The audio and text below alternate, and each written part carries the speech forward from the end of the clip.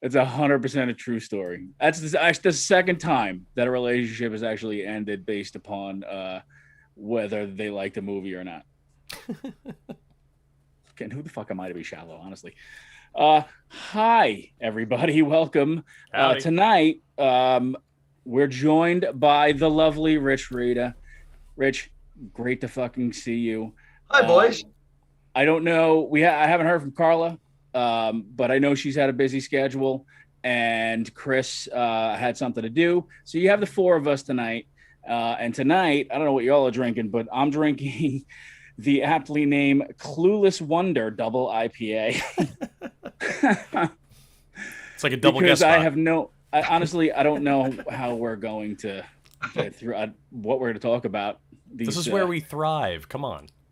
That's fair. Preparation is for quitters. Come on. Go for your ass when you have hemorrhoids. Kev, you all right there? Kev, you want to count us down? Let's do this. In 5, 4, 3, 2, 1. Now it's going to get a little rougher. Okay, everybody ready? Blank a doodle doo. Blank a doodle doo. Blank a doodle doo. You think about that while the celebrities are writing? Here we go. Let's go over to our Dick Nixon, our own ex-president. What do you got there, Dick? Well, it takes a dick to know a cock, and that's what I wrote. Cock-a-doodle. Now, that's what I would have said. That seemed like the obvious answer. Okay, let's go to our own Jackie the Joke Man, Martley. Jackie the Joke Man? Gene, I have cock, and I wrote it big. I have a big cock. I don't think you can say big cock on the radio. I think that's a no-no. What? But I just said pussy. Yeah, she just said pussy. Yes, pussy is okay. It's the way he says it. Big cock coming out of your mouth sounds awfully dirty. So I can't say big cock, but you can say big cock coming out of my mouth? That's correct. That sucks. Did you just say big cock coming out of your mouth and sucks? All right. Enough of this nonsense. You got to go over Miss Brett Summers. Just like the boys, Gene, I've got cock. There it is, cock. And you do me a favor. Do me a favor and hold that up so I can see your cock. I can't. Okay, all right. All right, there it is. Cock, cock, cock. I must tell you, though, we have to end this fun right now. I want to thank all of you. Give yourselves a big round. Okay, let's have a little music, Phil. Didn't want to call you back. Didn't want to make you.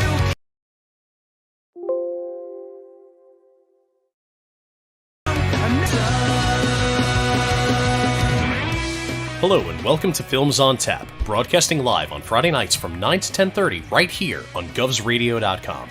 Music for our show is from our featured band Playing Dead. Search for them on Spotify to listen to their entire catalog and check them out on Facebook to see their upcoming shows. Links to Playing Dead and more can always be found on our website, filmsontappodcast.com. Get even more by subscribing to Films on Tap with Facebook and Instagram for additional content. So grab a drink and settle in for tonight's show with Tim Saliani, Carla Okerson, Kevin Scott, and Jim Trappin. And as always, the host of our show, Chris. Cheers. You come, 'cause I never want to call you everything under the goddamn sun. Didn't want to call you back. Didn't want to make you come. I never want to call you everything under the sun. Hi, everybody, and welcome to Films On. There's no fucking way you're hearing me right now after that. Sorry. That was supposed to happen on the broadcast when we actually were in studio. We were supposed to get that played, but for some reason I got the wrong video into the studio, and maybe we're lucky. Yeah. Having fun.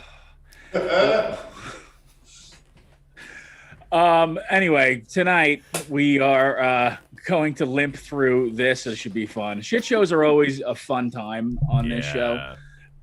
They just turn into, I don't know, some sort of fucking magical horse shit. So please, by all means, I can't guarantee that whatever you're about to see is going to be worthy of seeing it.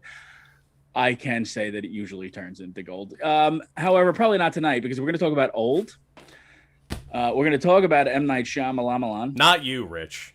Oh, it's a movie. Different old. Gotcha. Not that old. Not that old. You know, I honestly didn't put two and two together when I said, Rich, you wanna hop on? Yeah. And then he puts the guys from Cocoon behind him. I'm like, what do you mean? That's not Tom Cruise? Yeah. Why don't we watch the Golden Girls afterwards? Thank you for being a friend. Oh, picture it, Sicily, right around the time I was born. Yeah, so we're going to talk about old. Suicide Squad just dropped yesterday at 7 on HBO Max. I'd like to, we're not going to give spoilers away. It's a little early for that, but I'd like to discuss, what we thought. And then I want to know a little bit, since Rich is on, I want to know a little bit about it because I know he likes movies. I want to know what movies he likes, what he's into. Because I know that he's a movie guy. We've had that discussion before. Hell yeah. Yeah. So let's fucking discuss M. Night Shyamalan before we get into old. All right. Let's discuss the man behind the movie. Well, I mean, because in order to discuss where we're at right now with his filmography, right? You have to really go back and because it's interesting because so off the bat he's got 2 great movies, right? To start, right? Great. I mean, The Sixth Sense, it was what it was. Okay. And the second one was what, Split? No, well, Unbreakable. Unbreakable. He then had a bunch of, fucking The Trees Are Murdering Everybody. Hey, Tree.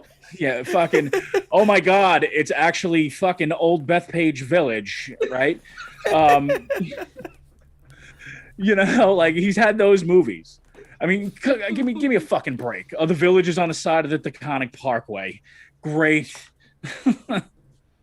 It's so bad. Oh my God, The Trees Are Murdering Everybody. You have to admit, though, look, the guy's had a good. I won't say. I'm using the wrong word. He's gotten some longevity out of this career of his, but the guy's put out what now? A baker's dozen movies, right? Probably 12 or 13 movies. It's a good count. And 7 of them are dog shit. I don't care. 7 of them are Ishtarish. Okay, they're not good movies. You could. Wide Awake is brutal. The Village, Glass. Come on. Glass had so much potential. There was so much build-up. Everybody was a fan of Split, which phenomenal. No, Split I'm not even counting as a bad one, but Airbender or whatever that was. That was bizarre. Yep. For people that have seen that animated series and have a fan base behind that, it is maybe 30% like it. 70% hate it on just the animated series' fan base. I bought the DVD just because we needed to level out a couch leg. Otherwise, that thing was useless. that movie was terrible. And After Earth, garbage. Actually, Jim, you probably could play that entire movie as our intro next week, and we wouldn't. It sucks so bad we wouldn't get fucking kicked off. I'll be happy you get some playtime. And be like, there's no way anybody fucking made this already. Another screen. It's up on. Let's do it. But go ahead, Jim. No, I'm going to take my time to finally watch this movie. I have zero interest in getting there. I really do. You know me. Like, when it came to M. Night Shyamalan, there was nothing that he did that impressed me past Signs. Like, that was it. Yeah. I was like, you did it? Give me more. And I'm like, And then the next one. It's interesting. It's interesting that you say that because, like, he wasn't motivated to get where he was going to, and this movie felt like it. Did you want to feel old watching this thing? Because, like, none of it made sense, and the acting was fucking abysmal. I mean, I don't know if the guy just can't write dialogue anymore, but probably. Holy shit. I mean, I get you're starting with your twist and working backwards, but whatever you fucking piled on to that, Kev, thoughts? I watched this morning. I didn't know about the graphic novel, I believe it's called Sandcastle, that this is based on. I found out after the fact. From what I understand, the original story is rather good. It's beloved. It's I don't call it cult classic, but something to that effect. And there's a great story there. It might be a little bit of here's a message that you clearly understand where it's going, but it doesn't have the Hollywood little, nice tie at the end. Shyamalan apparently received a copy for a birthday present, fell in love with the story, and it was like, oh, I know what to do to make this more family friendly. Let's throw a bizarre twist at the end that makes no fucking sense and call it a day. But I said it's a 2-hour movie that's at least 40 minutes too long. The story really doesn't go anywhere. The acting it's not even soap opera level. It's pretty fucking bad. It's pretty fucking bad. And you're just sitting like, I understand what's going on, but why should anyone care?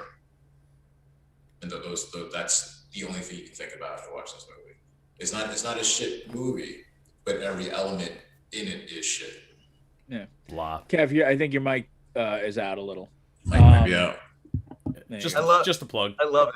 It's not a shit movie, but everything in it sucks. Everything in it sucks. Yeah. But Rich, that's the enraging thing about that shit is that it's here you are. You're like, I'm interested in like what somebody's gonna try to do with whatever fucking feces he threw on the ground at first, and he's doing it with I'm talking The Room level bad acting, right? Have you seen The Room?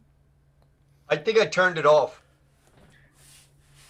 I'm talking like Tommy Wiseau-ish, fucking Greg Sestero, like Birdemic level bad fucking acting. Just zero talent. I never. It was laughable. I think it was the only thing that kept me in it.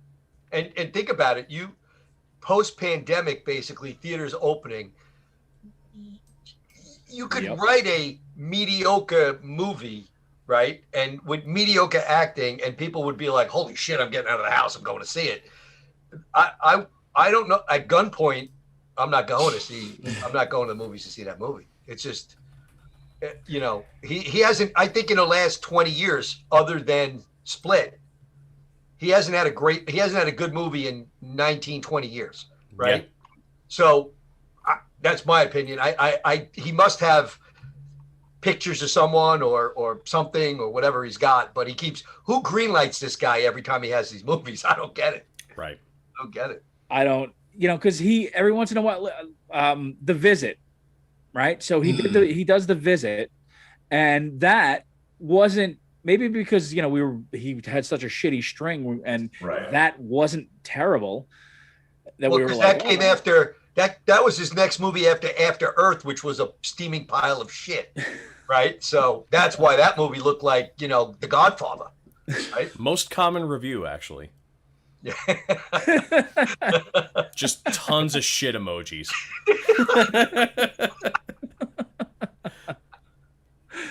Oh my god! I never knew that would show up on Rotten Tomatoes. It's like they got the Rotten Tomato pile of shit. I feel like that is the way that movie critics are going at this point. Like that's gonna be movie critics movie reviews, just fucking different emojis, shit and a flame. It was a flaming pile of shit. Rolling eyes. Gonna be all emojis. That's what they got to do is get the pile of shit emoji with the rolling eyes. They don't have the rolling eye shit. they have one or the other. They got to combine. I like it. I'm in. Peter Travis from Rolling Stone says scrunch face. Oh man. Yeah. Siskel and Ebert give it one steamy pile of shit. Beautiful. Oh wow! So yeah, I'm in no rush to see this movie. Eyes that were looking back at me. So Kev, was it crowded when you saw it? No, I was only person there up until like the last minute. I think a couple came in about 5 rows away from me because I went to I'm only doing early shows. I want to do a packed house kind of thing. But even still, I don't think a lot of people have showed up for this shit. No. This was rough. You know how this movie made me feel? Like I feel like we're going back into some sort of lockdown And this movie made me feel that the same way that when Mark Sanchez butt fumbled, and it was right before December 21st, 2012, and the world was going to end. I was like, well, this is going to be the last fucking thing I remember. So that's how I feel about Old. The world's going to end, and this is going to be the last fucking thing I remember because it was goddamn terrible. It really was. It's the same as the first thing you remember. The Jets just suck. I got my jersey. I got my freaking Devontae Adams. Yeah, my Adams jersey, number 33 for the 100th year of the NFL. I was so happy I got that one. Where does he go? Seattle. I got another nameless Jet jersey sitting in my freaking closet. You know, it's right next to Jim's Brett Favre collection. Chad Pennington was my other jersey.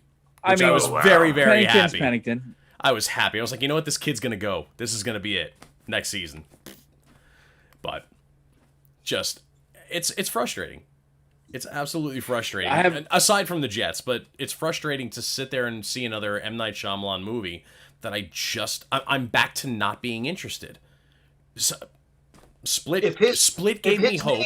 Glass put me right back where I was. If his name was, M. Night's name was like Bill Stevens, done. You wouldn't hear shit about him. I think the only allure to him now is that he's got a cool name. M. Night. His movies, and again, Split was pretty good, right? But that's 4 years ago, right? So, all right, I'll give him his. It's only 4 years ago, but before that, man, it was 2 decades before that guy had anything decent, and which was, you know, Unbreakable, Sixth Sense, and Signs. Right? Yeah, you're like, this kid's got it. Let's see what else he can do. Right, he passed the baton to like Jordan Peele or something or somebody else, and they just fine see you later. Right, fine. Yeah. Give me more. Jordan Peele is going to be an interesting person to watch. Where he goes, is he going to stick with horror? I mean, he does so many things well. I think he needs to go back and forth because he keeps with horror. It seems like it's going to be the same movie basically coming out over and over again, right? Which we're talking about right now. With M. Night, his problem is that Sixth Sense was such a cultural phenomenon because of the twist, and now he's expected to do that every single time. And honestly, I'd rather have just a good movie. I don't need a story that goes nowhere or a story that I understand what's happening, but why the fuck should I care? Just for the last 5 minutes of, oh, see? Like, what's the fucking point of watching that? You know, with The Sixth Sense, the only reason that he got away with the twist, in my estimation, is that you spend half the movie going, was that really Donnie Wahlberg? And so you're not really picking up on obvious shit. Because, I mean, it's going back and watching it, it still holds up. But I don't think it's as good as I thought when I first. But compared to the other dozen shit stacks that he's made, right? It's pretty. And he did follow. What Unbreakable was his next movie after Sixth Sense, right? Yeah, correct. Which I love that movie. You know, I'm not gonna. I mean, it's not Citizen Kane or anything. I'm just saying it. But it was compared to the other movies he's done. It was enjoyable at least. Agreed. But other than Signs, and again Split, I thought was good. But other than that, he's made some eggs. My only problem with Split was that the fact that they tied it into. There was literally nothing going on that would have tied in any of this to that, and as far as I saw, and then all of a sudden he throws that ending in because again it's got to be the twist, and I know people were excited about it, but I was like, ugh. And then we got Glass, and that was right. So he obviously had it in the hopper. So I mean, that was his only. Because that movie was, that was a rough one, but that was his only chance to hype it up. It's gonna be a good cinematic universe. So, what would you give? Where would you guys rate Old as far as like if you were ranking Old on a 1 to 100 scale? What would you give it? Old's probably gonna be in my top 10 worst this year. And the only reason, and I'm talking like flirting with the upper half, because there's other shit. But the thing that it may keep it out of it is the fact that I laughed so hard at how bad the acting was that I was like, there's no fucking way. I'm like, it's almost like they're not picking up on each other's cues, right? Like, so somebody would say something and then there would be pause for a beat. And honestly, I don't know that that's so much acting as it is directing. Like, you know, you gotta be like, hey, listen. You can edit out gaps and actually make the film flow in a way that's entertaining.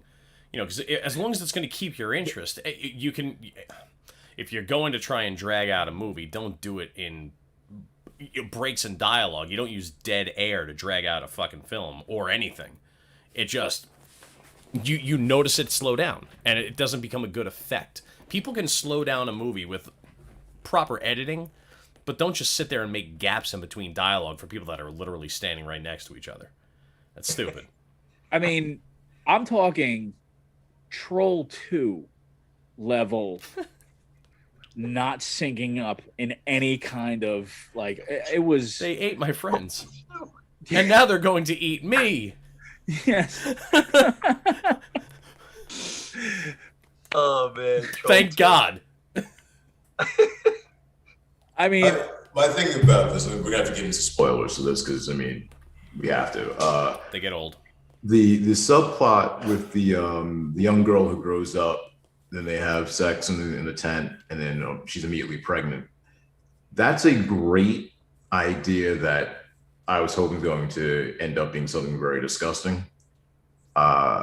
But then, of course, when I just said the words, it's I guess, like a 6-year-old girl having sex and then getting pregnant. Already kind of strange. Very weird. Very weird. But then you can think, you can take out that entire part of the movie and nothing changes. So what the fuck was the point? It shows the passage of time. Granted, but you can do that in so many other ways. Yep. In a pedophile sort of way. Yeah. Without being like, that's a kid. But because I was hoping the sun's gonna explode and like a 5-year-old's gonna pop out or some shit. But because wow, that's a great fucking idea. That's what I was fucking expecting. Wow, this gonna be really disgusting. And it's like, some fucking Nightmare on Elm Street 2 shit. Yeah. Why not? But then fucking that whole thing brings up a plot hole for me in this. So the baby's born. They put the baby down for a minute. And because like how time passed on this island, the neglect the baby had kills it. Like, just a minute. But while that does the, I guess, correct passage of time and shit, what about all these characters who aren't eating, who aren't going to the bathroom, who aren't doing anything that, you know, people normally would do on a regular basis or to survive? You're glossing over that stuff and then bring, so-and-so did this. And you're making the logic of this movie does not exist. It's all over the fucking map. So right. if you're gonna introduce this, make sure everything else makes sense. so you're just looking in the background for like the Jeff Goldblum Jurassic Park pile of shit that just happens to appear in 5 years. Just I'm looking because they kept saying, the kids are so hungry because the kids need to eat because they're growing, their mass is growing at an extreme rate. Like, okay, but you have to eat also. No, like you're a human being. Yeah. They're like, if you gotta bring up something, it has to make sense across the board. I had an apple 4 years ago. I'm good. Yeah. Right. Yeah. He explained it away, and the amazing thing, first of all,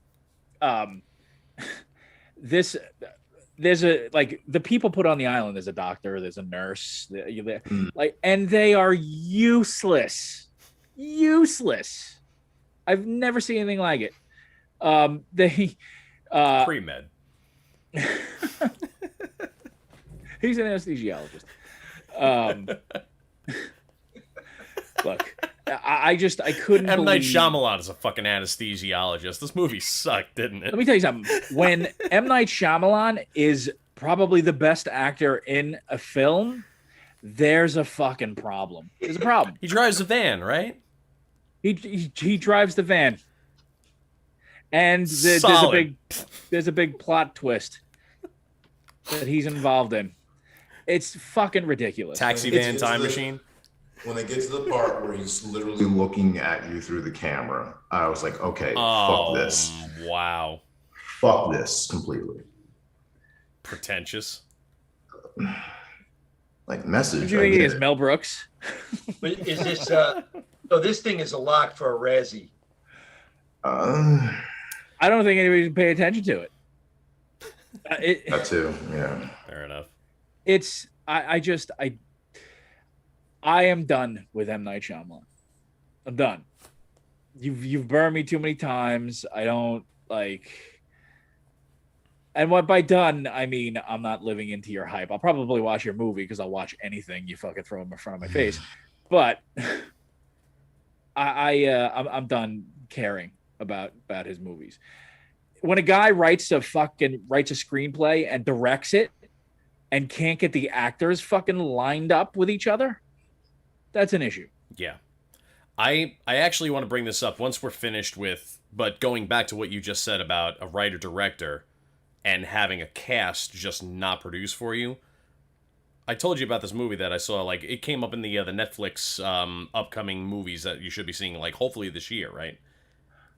Oh, yeah. There's a movie, There's a movie called Don't Look Up. Okay.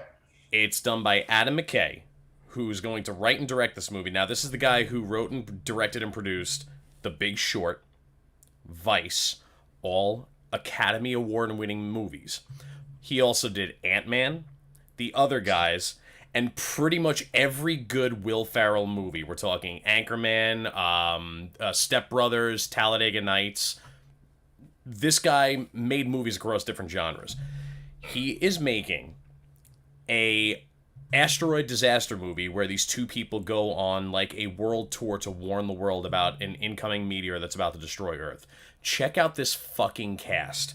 Leonardo DiCaprio, Jennifer Lawrence, Cate Blanchett, Meryl Streep, Ron Perlman, Gina Gershon, Jonah Hill, Matthew Perry, Tyler Perry, Mark Rylance, and then Ariana Grande, Michael Chiklis, Paul Guilfoyle, who's been character actor, Kid Cudi, and a slew of other people.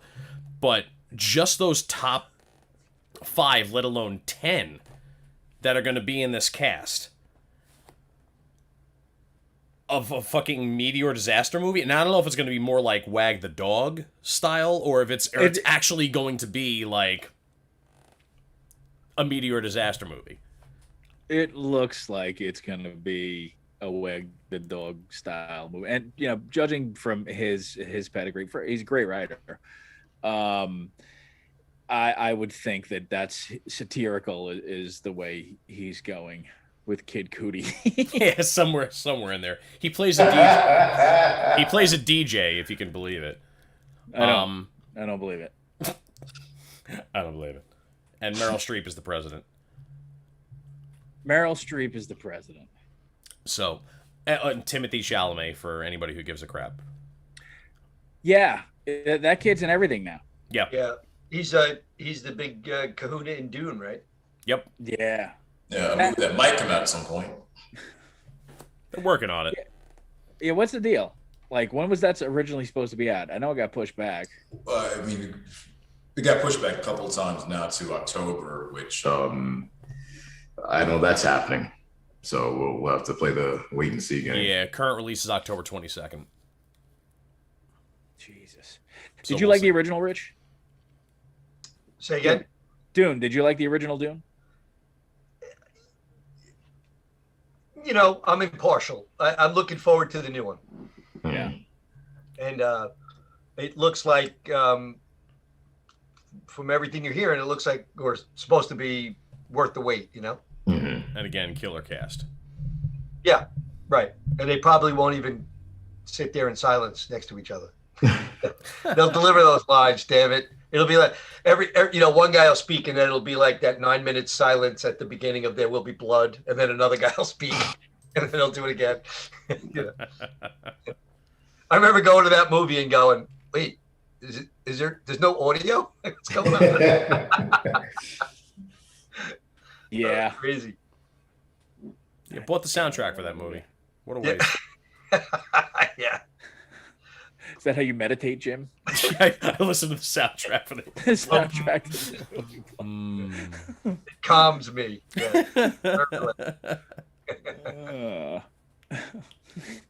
I drank your milkshake.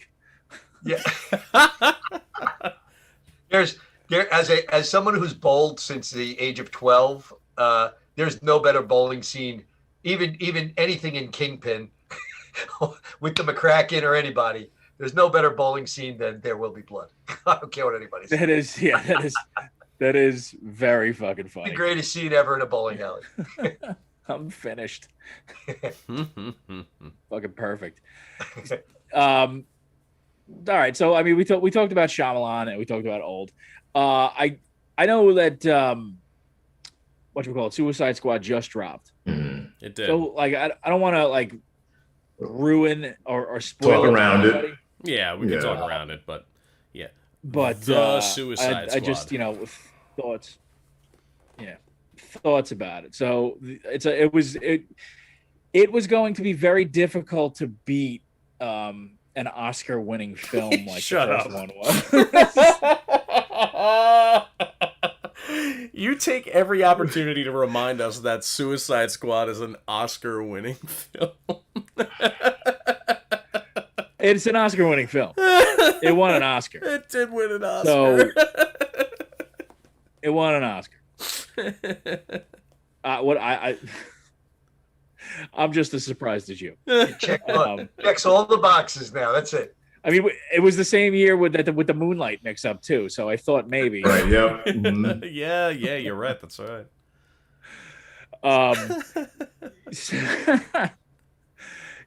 But I kind of seeing the trailers for the new one. I was looking forward to checking it out, especially since I didn't have to leave the house. So it dropped on HBO Max yesterday, and I'd like to. Kev, did you check it out? Did you get I did. Yes. All right. What were your overall thoughts? I think I was more blown away by how not awful it was. Before I couldn't even get into the actual movie, I was like, "Wait, this isn't shit," kind of thing for a little bit. I really do want to talk about this, but I don't want to talk about it. So what I'll say instead. If you hated the first one, which most people did, you can look at it as it was studio interference and other shit. This is a much more enjoyable movie than it has any fucking right to be. Then you can look at an idea of like the DCU or EU or whatever it's calling itself. There's so many hits and misses, and it seems like they go back and forth. This one might be one of the better ones, might be the best one. It's really great because it's not like the other movies. It's a complete departure. I think you're tired of like seeing the origin story, shit happens, they got to make the next villain bigger and badder, whatever. And the MCU also has the same fucking problem. This was just fun. Right. So this felt like The Dirty Dozen. Mm. So, well, I don't think nearly as good as The Dirty Dozen. It felt like that kind of vibe, right? Uh-oh. He's on Chris's Wi-Fi.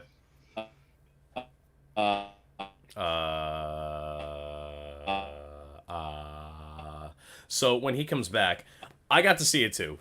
And I got to admit, I'm in the same boat with you, Kevin, on this. And it's funny because we talk about movies that are in the DC universe. It's funny seeing across the credits, there really was no DC moniker as it is in most of the other films. Right. And it almost feels that way. Like even in the previews leading up to the movie, they even did Joaquin Phoenix's Joker mixed into all of the titles that were in the DC universe, and that one felt as if Tim will be back. So yeah, no, we're still going. So looking at it, actually leading up to watching it, I got to watch it on HBO Max, which again, great that I have the subscription. Really fucking happy I do. When they showed all of the DC movies that are on HBO Max and all this other stuff, they highlighted Joker right up in there. And I was like, that feels almost out of place. I never really considered it part of the DC universe. And this movie almost does it justice. Kind of, it's a DC movie. But again, just like you said, it feels better than some of the other stuff that they've pumped out there. It does well on its own. You fall in love with the characters, even if you have some sort of, comic love for them because of the DC universe and whatnot. You don't really need to give a damn. You don't need a massive origin story for 15 different people that are storing the beach. It's you get a fun comedy-filled movie. And the action, and again, just in comparison to the Suicide Squad versus the Suicide Squad, way better action, gorier than the other one was for sure. Like, what was it? Harley Quinn and the Fantabulous Emancipation of the Declaration of the Independence, whatever the fucking title they used for that movie was. The action in that was all cream puffs and fucking glitter powder and shit. And, whatever style they added into this film worked for it versus being this slow motion spectacle of color. There's a lot of good points to talk about, and like you said, it is difficult to do without spoilers. But if anybody was a fan of Suicide Squad, in my opinion, this one is way better. It's way better and is somewhat of a sequel without having any ties. What do you guys? How do you feel? I haven't seen. I'm gonna try to watch it tonight, actually. But with Gunn doing, because he's going back and forth sort of between the two universes, right? Isn't he doing? Do you think because the big complaint everybody had about the DC movies were they paled in comparison to what Marvel was putting out, right? They didn't have the quality it was just they were a far cry from Infinity War and Endgame and all that stuff. But is he bringing it closer together? I want to say no, but it's not a bad thing. Okay. Marvel did something over the past decade. What was it? 11 years from Iron Man all the way through to Endgame. They did something that no other property has really been able to do. They've really tied that entire universe together, gave everybody their due time. We'll talk about that later. But when you have the other property, DC, with Batman, Superman, Aquaman, The Flash, Wonder Woman, when you have that group and you're looking for something similar, and for the company to just not produce on that level, you're now instantly disappointed, and everything that you now do is going to come in with a certain grain of salt. I think that James Gunn did a very good job not making this another DC movie. It was an entertaining film that had fantastic characters, comic book characters. Right. That you don't need to know their origin. You don't need to know what they're all about. You got a simple story. Here's their goal. Put them out there. You throw in comedy, some kick-ass action scenes, and you've got a movie in the middle of the summer that you can enjoy even from home. That's where this movie lies for me. And it's fortunately set aside in my mind from the DC universe. It's part of it, but it just felt like they did a good film based in that realm. It's good. Tim, once you started, it was all internet bad. It was 0 words for you. So wherever you started, it's literally pick up right from there. I'm sorry, man. No, it's all right. Because it's going to happen again. So that's why I'm kind of staying quiet. I don't know what the hell's going on with the internet. But, yeah, I mean, I enjoyed the vibe of it. It was funny where it needed to be. It was just the right amount of gore and violence that I would expect from that sort of thing. Some of the stuff was a little over the top. I didn't realize Sylvester Stallone was the shark. Yeah. No idea. It's pretty funny. When you start to hear him speak, you kind of look back and you're like, yeah, that fits. I was like, I didn't even know. And I said, I'm I said, hungry. wow, that's a bad Stallone impression. Who's doing that? And then it was like, oh shit, it's Stallone. Hey, I'm hungry. Attack the starfish. I thought Frank at best. That's what I thought. Yeah, Frank. Oh man. Yeah. So he's doing his Groot thing, right? Yeah. Yeah. Okay. And so I mean that character will be back. Spoiler. Probably. Yeah. I mean, I don't know if they intend to make another one. Does he? Do you know?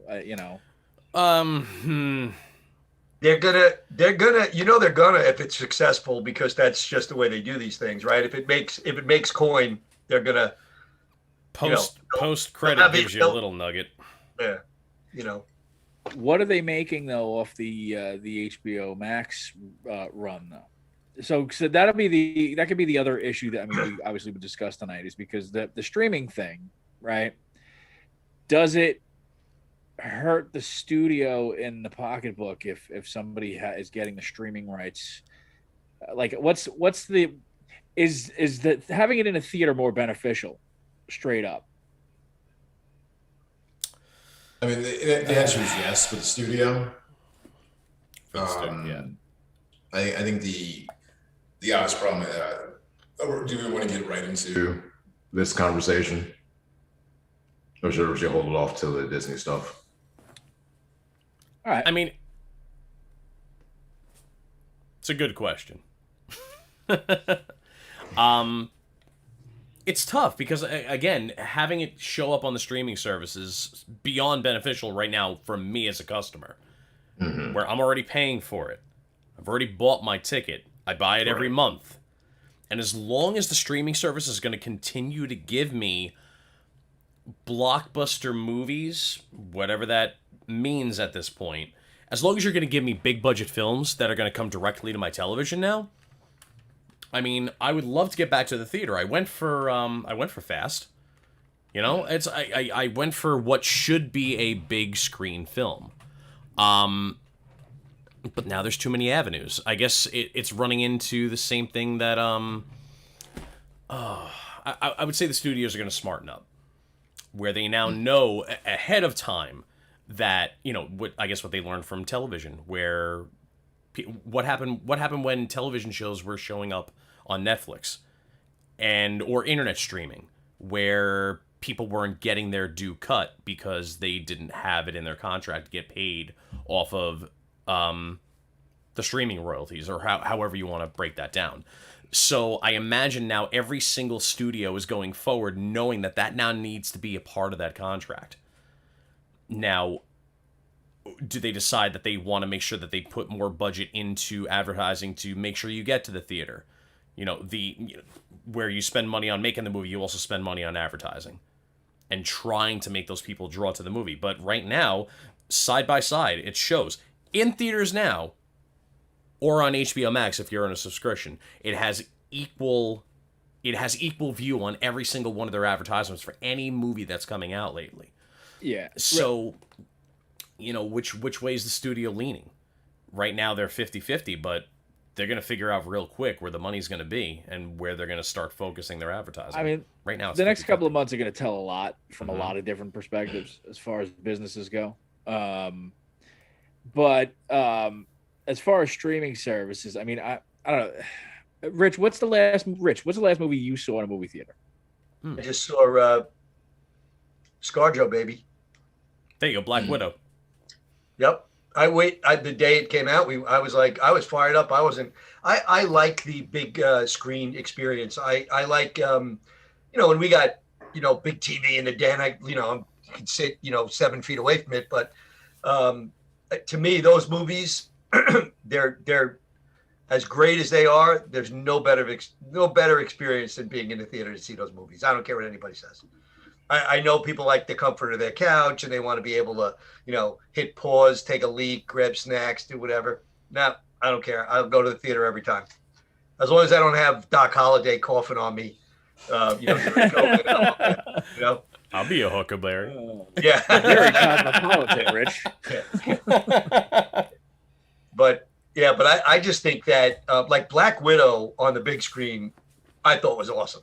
I loved it, and I look forward to those. Specifically, I don't know. Look, I'm an older guy who I still get excited when these Marvel movies come out because I'm like, oh wow, where's it fitting into the, now that they came out with this whole, since I'm watching like Loki and all that stuff, I'm like, oh, see, to me that's the coolest thing. It's like, hey, we may have run out of ideas. Don't worry about it. We're gonna multiverse the shit out of this and go back and do the same things on a different timeline. We got this under control. It's like Honestly. brilliant. It's brilliant. We could release 20 movies in the other universe. Great. Fantastic. It's true, though. But I think. Have you ever heard of fan fiction? Yeah. We got this. Yeah. But in the theater, I think you can't beat the experience. I just think it's great.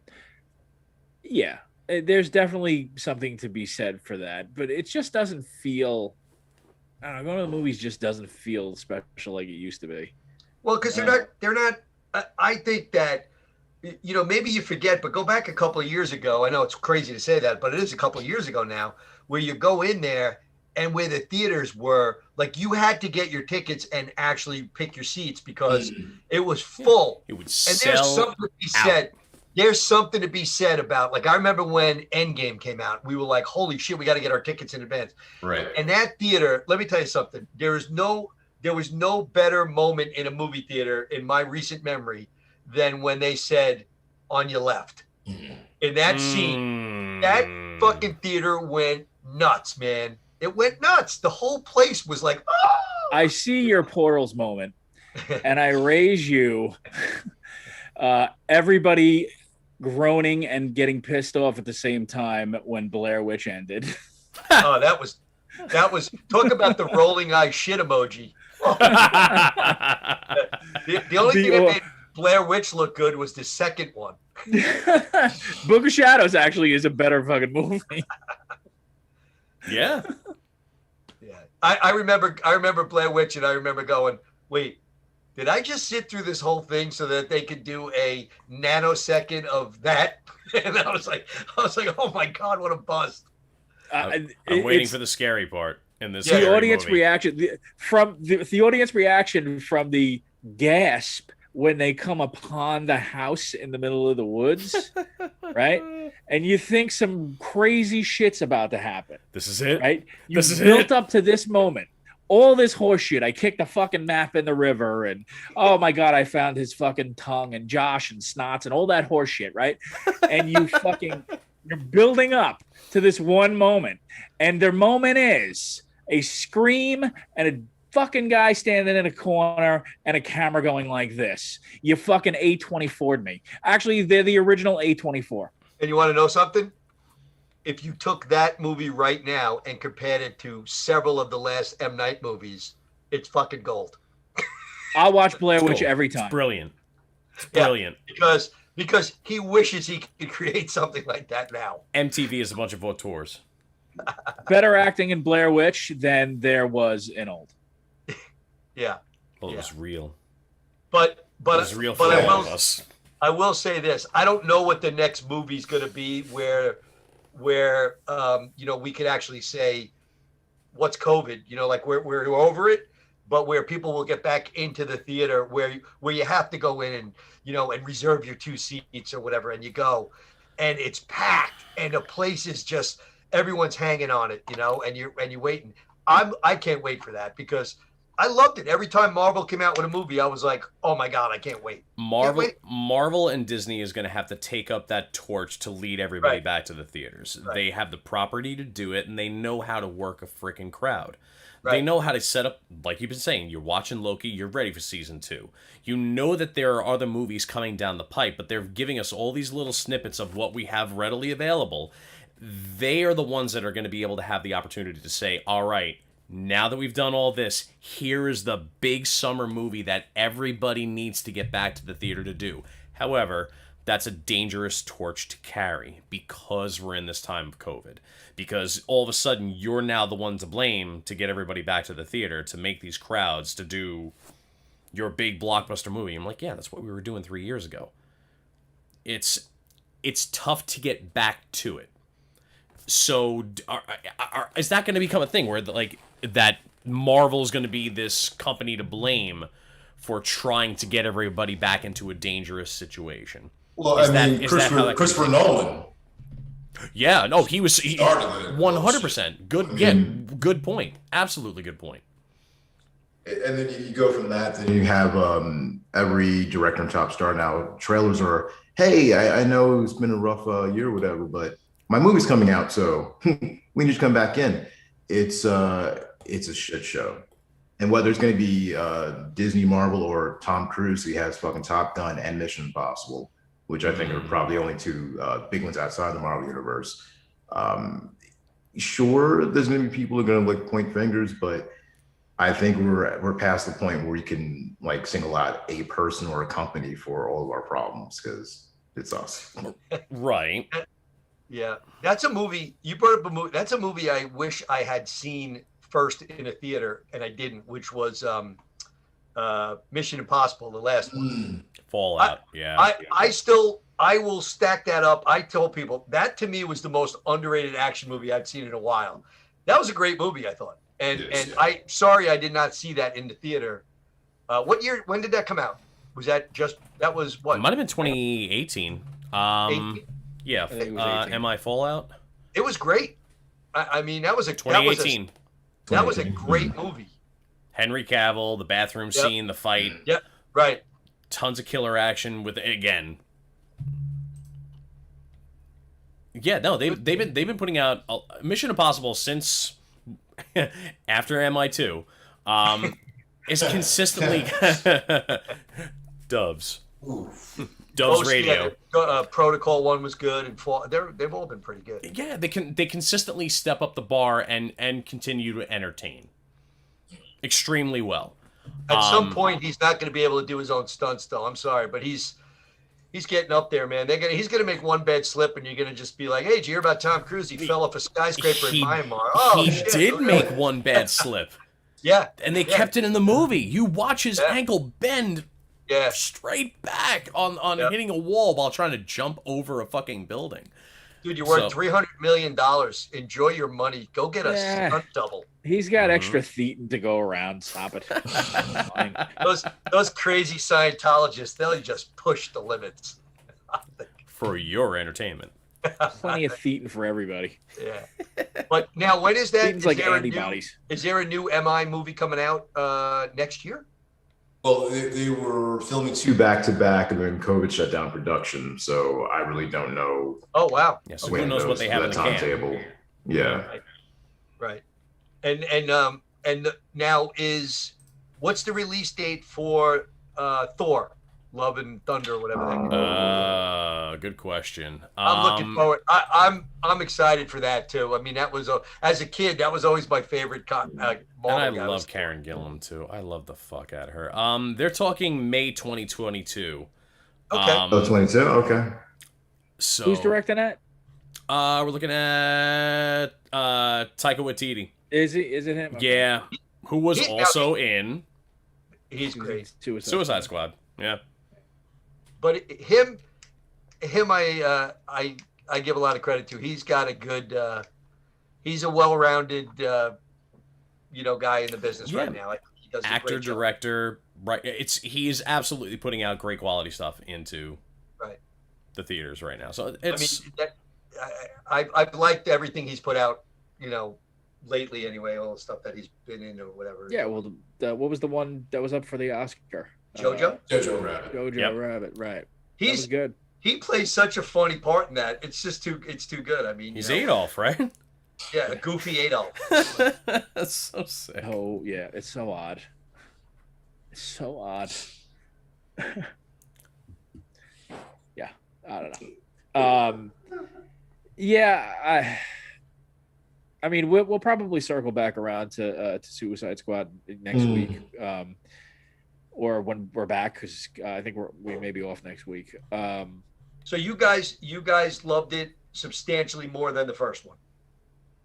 It's not even a question of that. It's a far superior film, and I actually did enjoy the experience of watching the first one, if not the actual movie. Yeah, so did I. It's not great concept. It's not good. Weird execution. Yes, I think you can tell that there's more than one movie that was forced in together. It's just so over the top at one point. Then it's a movie that clearly was studio interference and whatever else was going on behind the scenes. And like it felt kind of like fucking Justice League. And considering where they both come from, that's kind of says something. There's a fucking history of that. So now we get the redo or the second attempt, but unlike the director's cut, which I enjoyed, but yes, it is a long fucking movie. Suicide Squad is just a superior film. There's no comparison. Really was done better. It will not win an Oscar. And it will not win an Oscar. There's not a lot of you never know. There's some crazy things going on.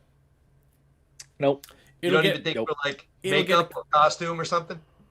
Maybe special effects, but there's still tons of stuff coming around like that. Yeah. They got a big ass starfish and they put spark plugs in freaking what's his face's head from Doctor Who. So that was interesting. Yeah. No, the villain in this movie. Hold next week. It's god damn. Yeah, I know. Yeah. Let's hold off. It hurts, but yeah. He likes butt stuff. Goddamn James Gunn.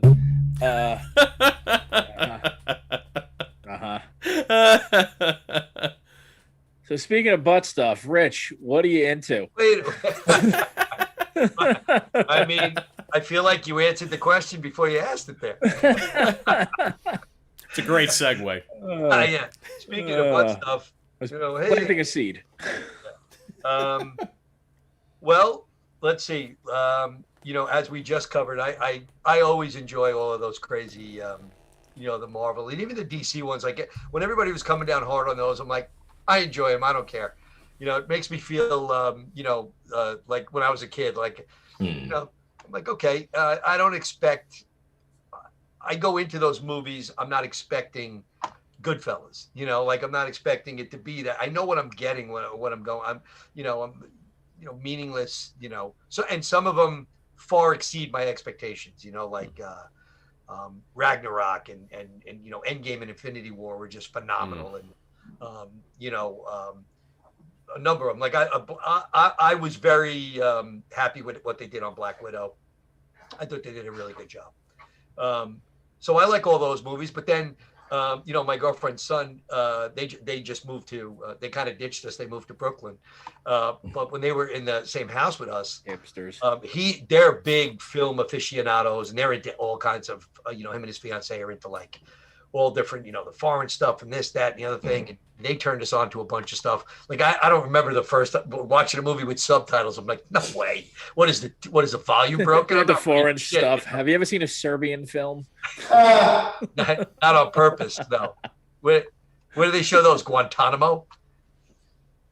Why would anybody watch those? Oh, sir. Yeah, so we watched, that's when I started getting into the Parasite and the Portrait of Portrait of a Lady on Fire or whatever. Those were two of the best I'd seen in the last few years. Both of those were freaking great. And then I'll even, I told you, Tim, me and you had this conversation one time. I don't care what time of day it's on, but when the Raid or the Raid 2 are on, I'll stop anything I'm doing. I will lose a sale at work to watch that movie. I don't care. I mean, there it is. Tim, he passed the test. He's on the show permanently. When that guy comes limping out of the end of that warehouse in the second one, after basically just beating up, half the population of China, and he comes limping out of there, and I'm just like, they got to make another one of these. This is too good. It's just too good. It's the best action you're going to see in movies. Oh, crazy good movie. Yep. So yeah, we'll watch all that stuff. If you want to taste The Night Comes for Us, it's on Netflix. It's the most readily available film of that style and that caliber to you right now. Yeah, the Raid Redemption and the Raid 2, I'm pretty sure you have to purchase at this point. So good. And it's worth it. It's worth the rental. It's worth the buy. Best action film you'll see. Period. Facts.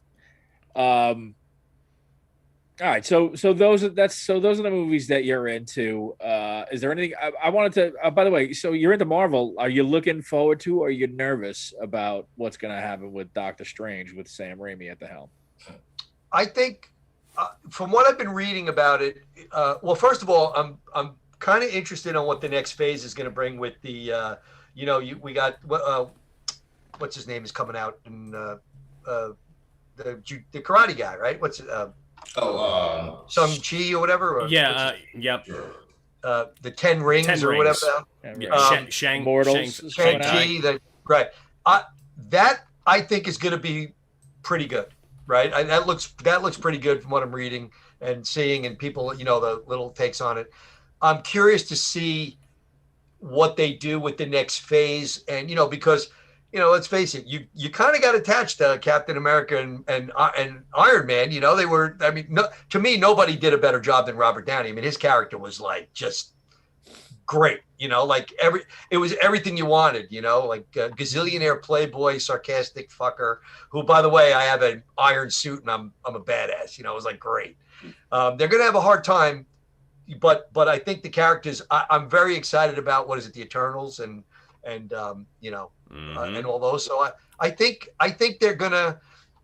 I give them a free pass until they shit one up, like Thor 2 or Iron Man 2, even if you want to give it, or the Garfield Spider-Mans maybe that didn't stack up in people's eyes, but I still give them. They're watchable. They're not like horrific movie unwatchable, So until they really soil Fantastic themselves, Four. I will give. Oh yeah, Fantastic Four was a bedpan, right? They're in a different city. It's totally a whole other universe. It doesn't even exist. Yeah, exactly. But until they really just stumble through like a storyline for a couple of movies because of the way they connect everything, I'm excited for those movies until they prove me wrong. Yeah, I think I'm equally excited for Shang-Chi also, because the first introduction that we even got into somewhat like martial arts in the Marvel universe was Iron Fist, the Netflix series, and that was amazingly disappointing. Where throughout every single character in that film, the worst martial artist was your lead character. Yep. Danny Rand couldn't throw a punch to save his life on screen to save his life. The girl character who fought alongside of him, much more talented, better character, better story, better actress, period.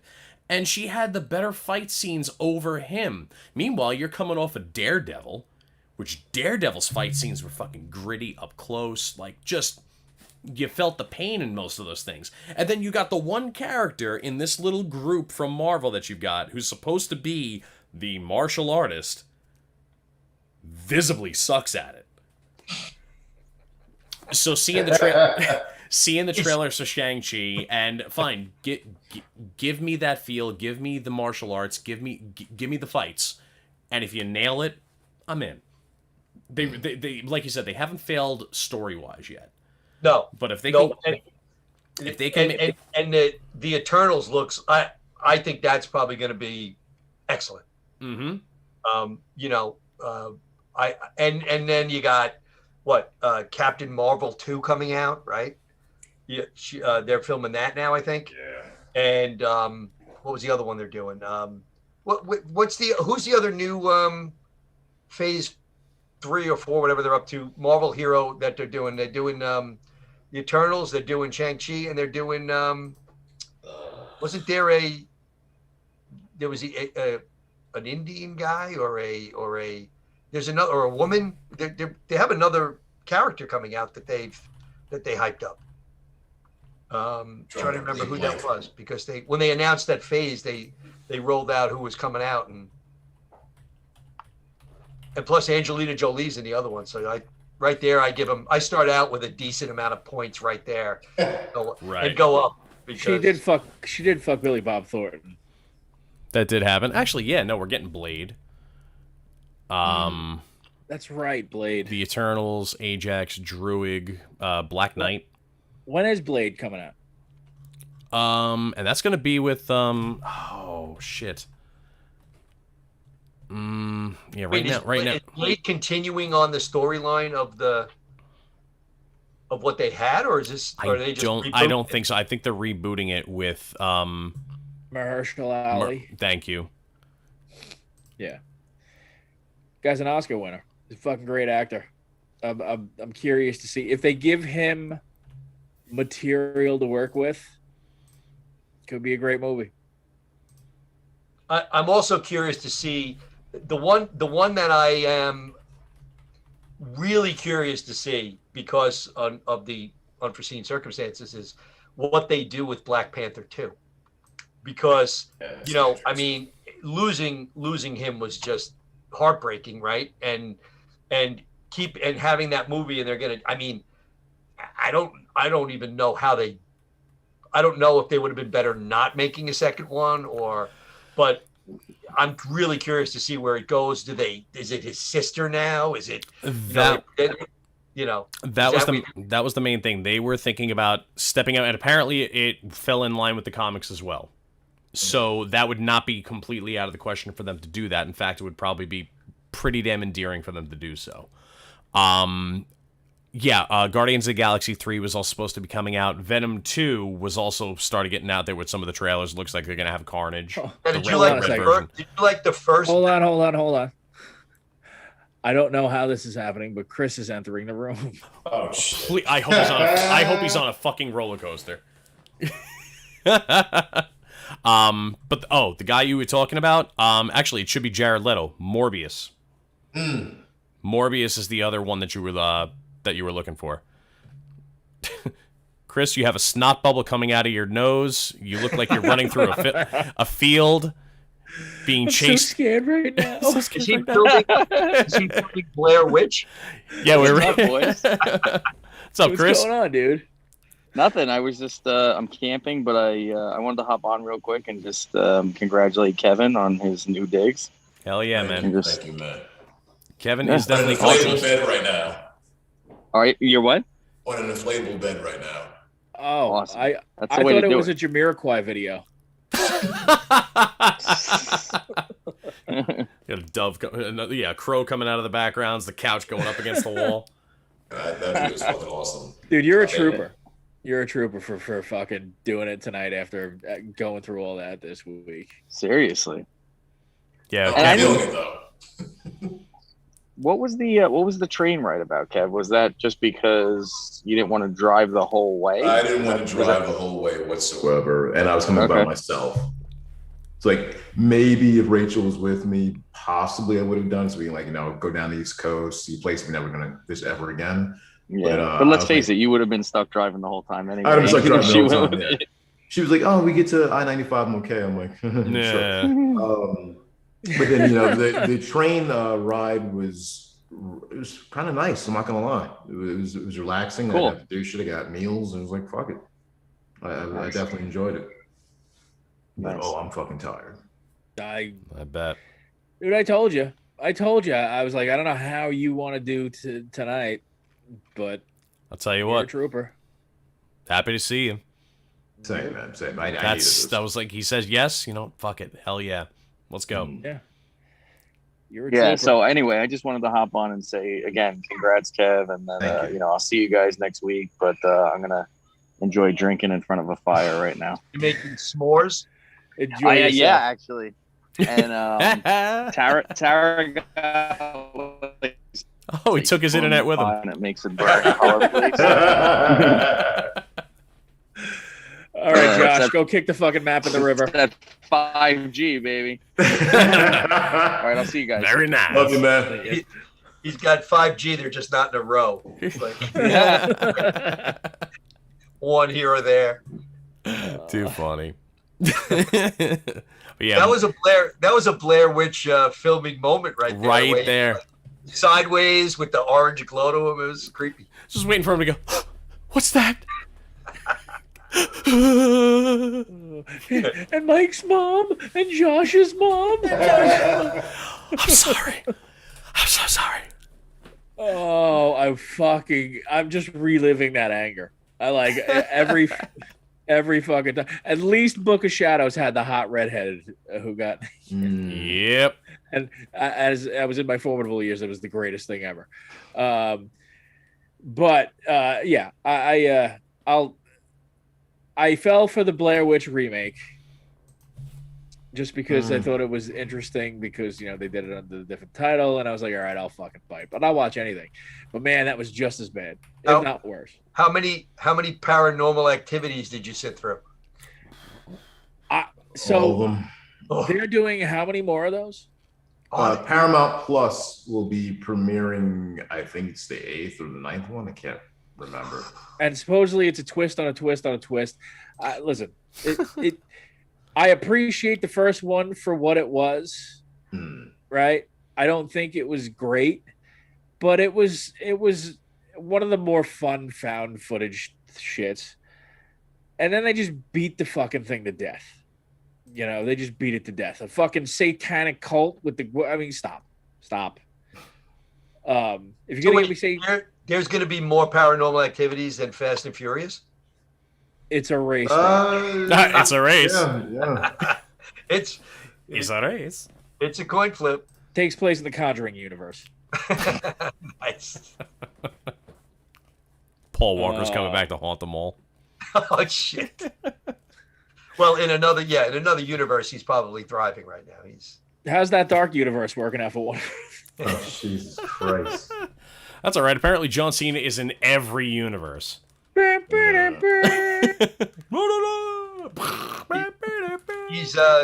like going the Dwayne Johnson. I guess. Right? He's in everything. Without the charisma. However, Suicide Squad, I'll give him that. Yeah, it was refreshing. Yeah.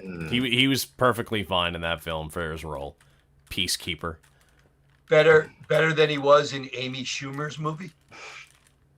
I actually enjoyed it. I did enjoy that little spot of it. Yeah. Seen as a guy, I think they're suddenly realizing he can't carry a film. But right director, the right small role, let him play up the comedic side because he can do it. If he continues that, great. I'd rather see him do that than say fucking the Marine 6 or some shit. Right. You know who's been doing amazing in Paradise.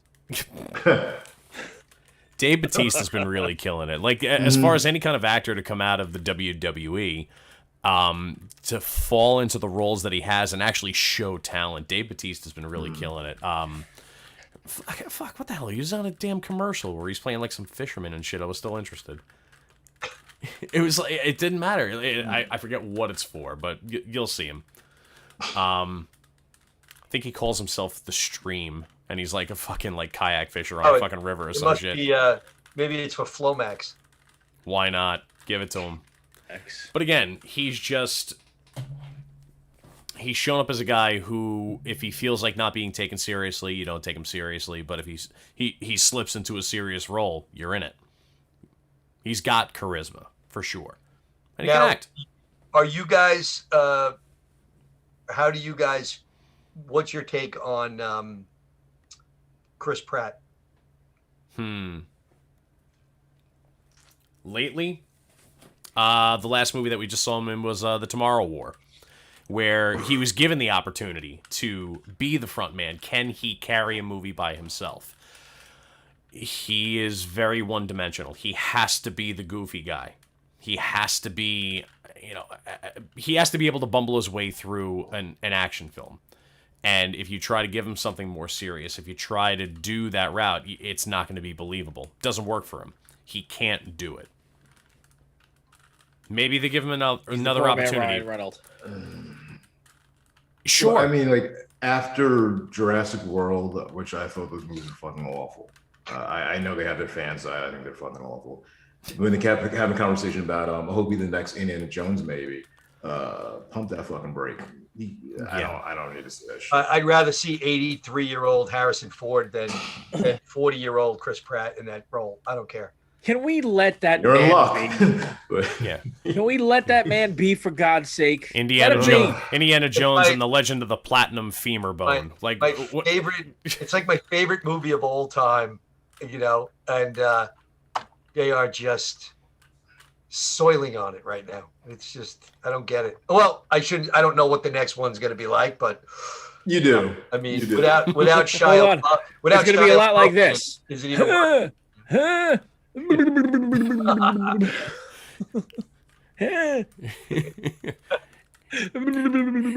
Get off my whip.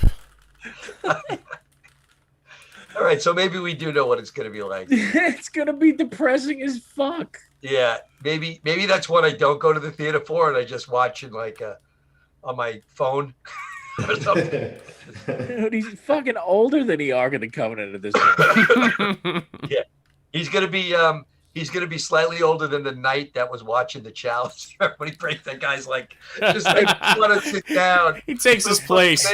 Yeah, if this one doesn't end with his funeral, and his funeral is them just pushing a crate while that music plays in the They warehouse put him in the back where of- nothing is, and it's got his fucking body inside of it, and that's that. They just fucking store it next to all the shit that he found. And I'm fine by with the that. way, He by the way, crashes his plane into the fucking temple where they get the Holy Grail, and he keeps sitting in front of her. The paraplegic man will pass. Sean Connery was given the drink from the chalice, and he was supposed to have eternal life. How'd that work out for him? Nothing. Wow. Right? We'll CGI him in. He's good. Yeah, he'll be back. He'll look younger than apparently, Harrison Ford. hitting women takes a few years off your life. But I mean, Harrison Ford was looking in the, what was it? Was he in the third Expendables one or the second? When he was fighting the wasn't. Buck? Was he in any of them? Yeah, he was. Yes, flying- he was in the replaced third? Bruce Willis. No. Third one. Did he? Yeah. Yeah, he was They did. flying the. Wasn't he flying the chopper or something? Or Okay. Yeah. That Right? had to be the third one. Yeah. Ronda Rousey was in that too, right? yeah, Yeah. everyone. I think everyone. That was like a Woody Allen movie. Everybody was in that. It's true. Everybody was in that one. Yeah, And it was not But good. he was slipping a little bit. I don't know how old he was at that movie, but I was like, wow, they're really stretching it out here for these Yeah. guys. These guys aren't getting any younger. Chuck Norris is like 1,000. Still alive. But I think that goes to a much bigger conversation about why do we keep pulling these fucking dinosaurs back out? Like, we don't have the next crop of great stars. We have people who we like in certain roles. We have people who we just would ever give a pass for, Chris Pratt. But we don't have the next Arnold. It should have been The Rock. Didn't happen. We're still talking about Tom Cruise doing his own stunts because he's the best action star we have right now, and he's 57, whatever the fuck. We don't have new talent coming up. That's a huge fucking issue. But do you think? Let me bring up a different twist to that. Do you think it's that, or that the generation, my generation, whatever, that likes to go to the movies, identifies with those people, and the younger people who don't like going to movies, right, like these other stars, but Right. they're not going to be box office draws in the theater? Right. So you know, I'm sorry. Okay, we've so that's what I was essentially gonna say. We've become so marketed to as as a demographic, right? By age mostly, right? That it's exactly what we said. Like they want to get our nostalgia going because that's what's gonna draw us out. They're not marketing any of this type of stuff to the younger kids who aren't paying attention to movies. It's all fucking TikTok. It's all fucking YouTube, Minecraft shit. Like it's all that stuff. They don't give a shit about action movies. None of that stuff, right? Everything's in 59-second increments for them. It just sounded like Wilford Brimley just said all of that. These young whippersnappers in their TikToks doing flips and crazy dances around. Wearing nope, that was the clothes. bottom line, Jim. Thanks. It's the I words love at the bottom of the yeah. It's true though. It is true. They're playing to the generation that those actors have been from. popular and they hate. You're gonna go watch the Mission Impossible movie with Tom Cruise. You're gonna watch Indiana Jones with Harrison Ford at whatever age and shape he's in. You're not going to be able to get Chris Pratt in that role and it be the same to get those people out to see it. Thank God.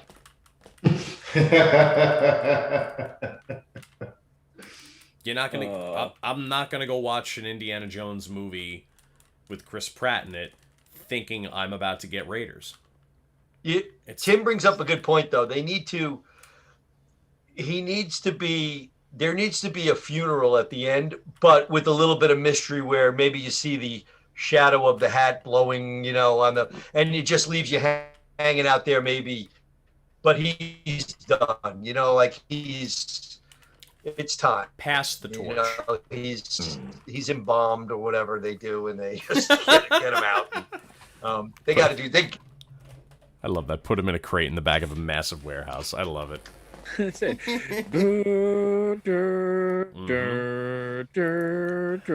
I still love that. What was that? Fuck. What? I know you're gonna hate me for saying it, but yeah, I heard it on Big Bang Theory where they talk about Kid Cudi.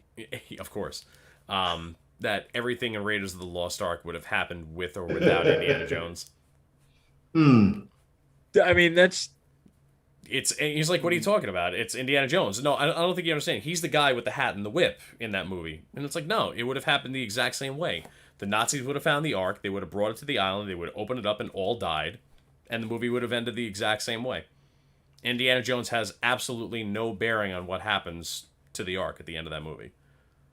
Except when it gets shipped off and put in the warehouse. Right, because the Americans would have found that that's what happened, and they would have found the Ark eventually and brought it and stored it away. No time for love, Dr. Jim. Right? It's not my theory. I just heard it. Still one of my favorite scenes in all of those movies is when he just shoves himself in that lead-lined refrigerator and gets fucking launched. I mean, that's just a great... I love it. Love it. The way that movie should have ended is that door opens and it's soup. Like, there's...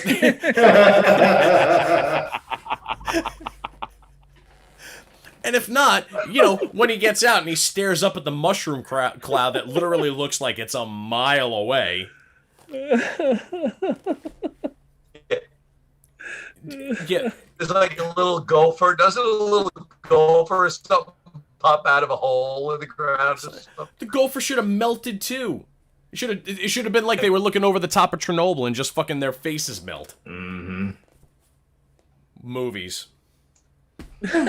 Check them out. Check them out.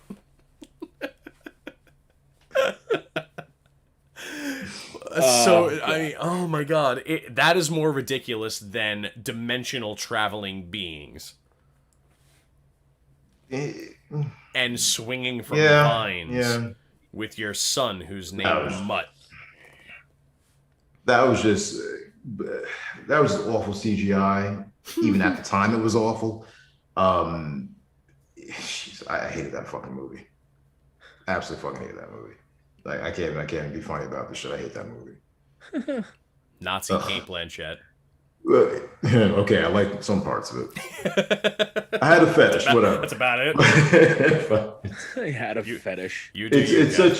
It's such a just bizarre fucking movie to look back now. Because what year did that come out again? I know we said this before. Was that? I tried to forget the whole fucking year. I think it's been over a decade. Yeah, he was old then. Oh god. The next movie just stop. 2000. Just wow, fucking stop. 2008, bro. 2008. Yeah.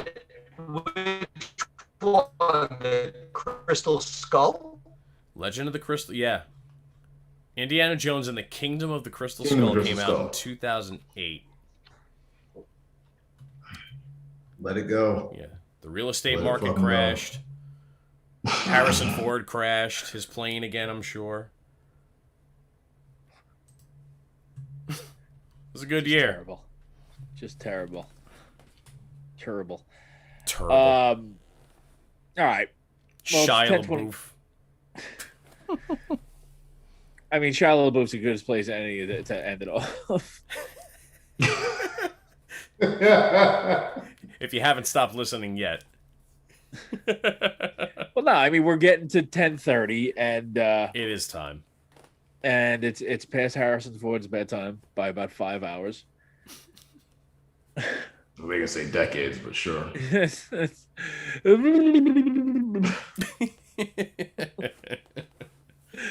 It'll old people to me at this point, especially when I get there, I'm gonna do it the entire time because it's it'll always be the Pope on South Park.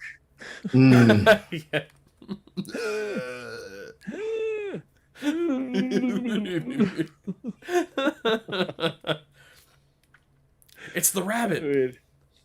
Yeah, country kitchen buffet. This guy's a fucking great. Oh man. Yeah. So the consensus tonight was, check out Suicide Squad. We're going to talk more about it when we come back. And old, you just fucking fuck off. Not worth your time. The hype was there. Everything you needed to know about the film was in the trailers. Yeah. They're on a beach. They get old. Yeah. They try to get out. That's a great thing. I'm glad you brought that up. Honestly, if this was one of those movies like back in the day, you go to Blockbuster on Friday night and you see a random movie never heard of before. Like, have you heard of this one? No, let's check it out, watch it.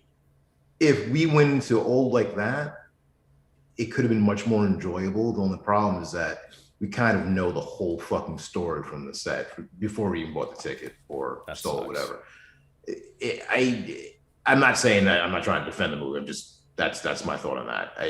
Going in, it was already losing, and then the actual movie was shown. So, you could even say the same thing for the marketing for the Suicide Squad. You had no clue how that movie was going to end, and there's some pretty ridiculous shit in the third act of that movie. By the time he got there, didn't care. Yeah, it was entertaining. It was going to end how it was going to end, whatever. But I mean, if you started seeing some of that shit in the trailers, I don't know. Yeah. I mean, there's some talk about Marvel not releasing a trailer, or I forget something that was coming out. Or was it Spider-Man? They were going to release the Spider-Man trailer? They haven't. So I'm pretty sure that's what they were thinking of. Yeah. I think it's a good idea. I kind of like going into something cold. That's not the thing that you need to really promote. People know it's coming out. Yeah, as a pedigree. Show the date. Show them swing across the screen once. Yeah, you're gonna go. Yeah, there's nothing you need to do for a Spider-Man movie. People are gonna see it. Into the Spider-Verse was fucking amazing. You're ready to see more of it. You don't need to show anything. It's Rich Rita approved. Oh yeah. Rousing endorsement. Yes. All right. I don't know if I'm cutting out you. Am I cutting out? You're good. Double boasty thumbs up. All right. All right. So, Rich, I want to thank you for coming and hanging out and bullshit with us, talking movies. Thanks for having me. You're welcome back anytime. I know that you like watching the shit that we watch. So, and you're just as caustic. So these high budget shit movies, who doesn't love them? Yeah, exactly. We are going to take next week off, just because I don't have to fucking explain to you why. We're getting the band back together. So we're going to take next week off. We're going to return the following week, and I believe the following week we are going to do finally the shit television. Episode. August 20th. Hopefully by then, F-Boy Island will have fully released, because I know the next 3 or 4 episodes got dropped. Next 3 episodes came out. They're riveting. We'll talk about it later, because holy crap, 3 episodes was definitely not enough for this show. I can't wait to see the end of how this entire fucking series ends. It's going to be stupid. It gets ridiculous. Good. It's what I want. So in 2 weeks, Trash TV. Rich, again, thank you. You have upcoming shows coming up at Governor's, right? Sure, if you say so. Sure. Check out GovsRadio.com Well, and all the other shows, and obviously check on Governor's Comedy Club so you can see all the live shows for comedy that's happening over in Levittown, McGuire's, everywhere you can find live comedy out here on Long Island. And check out Rich Rita's Facebook or whatever else for his upcoming shows that I don't know whether He's got a great TikTok. He does all the dances and stuff. Rich is an animal. Sure. Yeah. Yes. Well, now you got something to do. There it is. There he is. Doing duets. So we will see. We will see you in 2 weeks, guys. Got anything else? Last words? Fuck you, M. Night Shyamalan. God dang. There it is. See you guys in 2 weeks. Cheers.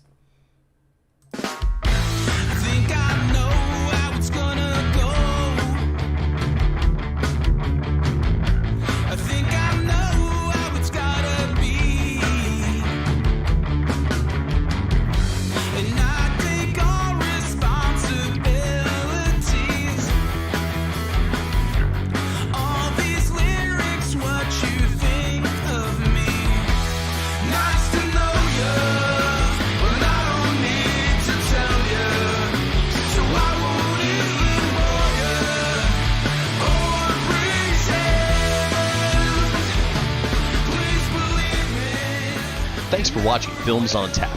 We'll be back live every Friday night from 9 to 10:30 and catch all of our previous shows on demand right here on govsradio.com. You can also tune in next time using the Boxcast app to watch us on your phone, tablet, or TV streaming device as well. Check out our featured band Playing Dead on Facebook and Spotify for more of their music. And be sure to subscribe to Films on Tap with Facebook, Instagram, and Twitter for any upcoming events, comedy shows, movie reviews, and additional content. And again, thanks for watching. Cheers.